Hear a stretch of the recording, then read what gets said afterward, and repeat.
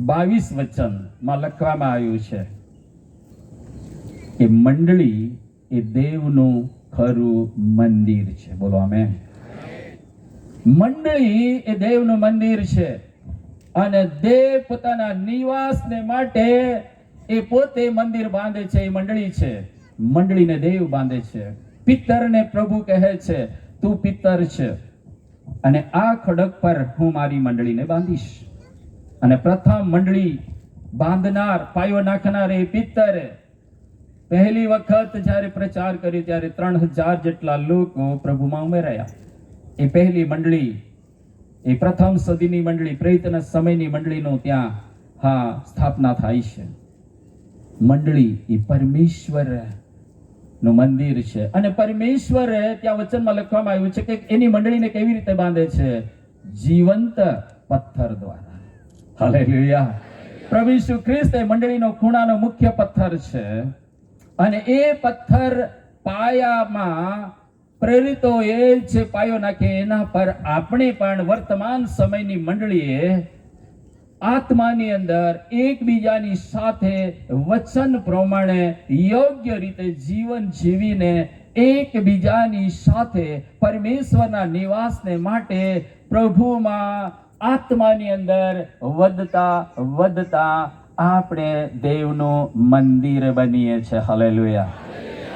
યાદ રાખો, મંડળી દેવનું ખરું મંદિર છે અને એ મંડળી દેવ બાંધે છે. અને એ મંડળી પછી આવા પાકા બિલ્ડિંગમાં આરાધના કરતી હોય, યા તંબુ પાડીને આરાધના કરતી હોય, યા ખુલ્લા મેદાનની અંદર આરાધના કરતી હોય, પણ જ્યાં ખરી આરાધના થાય છે, જ્યાં આત્માથી અને સચ્ચાઈથી આરાધના થાય છે, ત્યાં પરમેશ્વર વાસો કરે છે. હાલેલુયા. તાળીઓ પાડીને પ્રભુને ધન્યવાદ. સાંભળો, પરમેશ્વરનું મંદિર મંડળી છે અને મંડળીમાં પ્રભુ વાસો ત્યાં કરે છે જે મંડળીની અંદર સાચી આરાધના થાય છે, આત્માથી અને સચ્ચાઈથી આરાધના થાય છે, ત્યાં પ્રભુની હાજરી રહે છે. અને એટલા માટે મારા પ્રિય ભાઈ અને બહેનો, આરાધના બે રીતે થાય છે. એક નામની આરાધના જે હોઠોથી થાય છે અને જે ખરી આરાધના આત્માથી અને સચ્ચાઈથી, જે હૃદયથી થાય છે. હાલેલુયા. આપણે સાચા આરાધક બનીએ.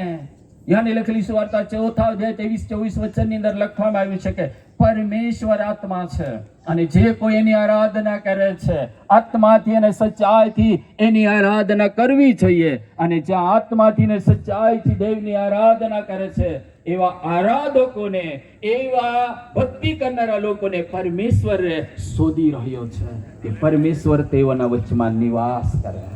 હાલેલુયા. માટે મારા પ્રિય ભાઈ અને બહેનો, મારા પ્રિય સેવકો, આપણે સેવા કરીએ છીએ, વચન પ્રગટ કરવાની સેવા કરીએ છીએ, પરંતુ આપણે સેવા કરતા પહેલા આપણા માટે મહત્વની બાબત છે આપણે સાચા આરાધક બનીએ, પછી સેવક બનીએ. બોલો આમેન.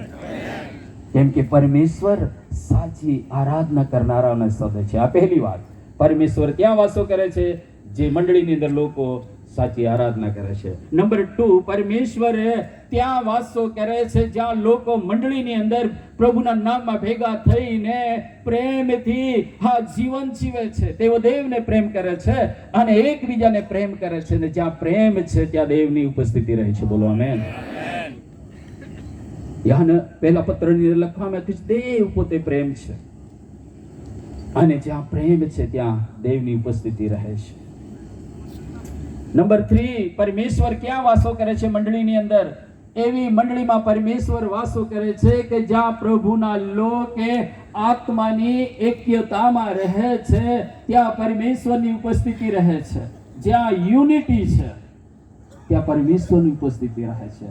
પિતા, પુત્ર અને પવિત્ર આત્મા જેમ તેઓ એક છે, એકતામાં રહે છે.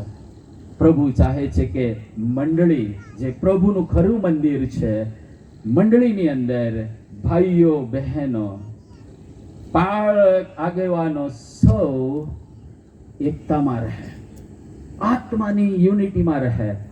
ત્યાં પરમેશ્વર તેની ઉપસ્થિતિ રહે છે. આ જ શેતાન શત્રુ છે, મંડળીનો શત્રુ છે, આપણો શત્રુ છે. એ શત્રુ શેતાન એકતાને તોડવાને માટે સતત પ્રયત્ન કરે છે. એ મંડળીને તોડવા માટે પ્રયત્ન કરે છે. અને આજે મંડળીઓમાં આપણે જોઈ શકીએ છીએ કે મંડળીની અંદર પક્ષાપક્ષી, ચર્ચા-ચરસી, ગરબડ અને ઘણી બધી બાબતોની અંદર મંડળીની અંદર વિભાજન થાય છે. એક દેવળમાં બેસે છે પણ મન એકતામાં નથી. એક જ દેવની આરાધના કરે છે પરંતુ તેઓ એક વિચારના થતા નથી. કોઈ કોના પક્ષના ને કોઈ પાસ્ટરના પક્ષના ને કોઈ વડીલના પક્ષના. વહાલો યાદ રાખો, પરમેશ્વર ત્યાં વાસો કરે છે જ્યાં મંડળીના લોકો પ્રભુની અંદર એકતામાં જીવન જીવે છે. અને એ એકતા લાવનાર એ પવિત્ર આત્મા છે. બોલો આમેન. અને આત્માના અવાજને સાંભળીએ, આત્માના અવાજને આધીન થઈએ, મંડળીમાં એકતા આવશે. હાલેલુયા. અને જ્યારે એવી મંડળી જ્યાં હોય છે, પરમેશ્વર ત્યાં નિવાસ કરે છે. આજ રાત્રે આ મંડળીને પરમેશ્વરે સુંદર પ્રાર્થના ઘર આપ્યું છે. પરમેશ્વરની એ જ અપેક્ષા છે, એ જ ઉદ્દેશ્ય પલાશિયા મંડળીને આ સુંદર પ્રાર્થના ઘર આપ્યું છે કે આ મંડળીમાં આવીને લોકો સાચી આરાધના કરે.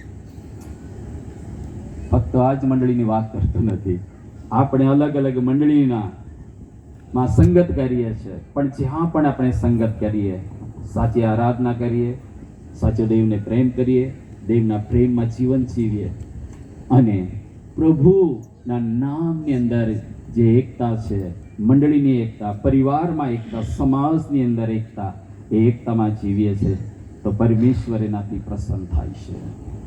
આવો પરમેશ્વર આવું જીવન જીવવાને માટે દરેકને એક કૃપા આપે. આવા સ્થાન આપણા સ્થાન પર ઊભા થઈ છીએ.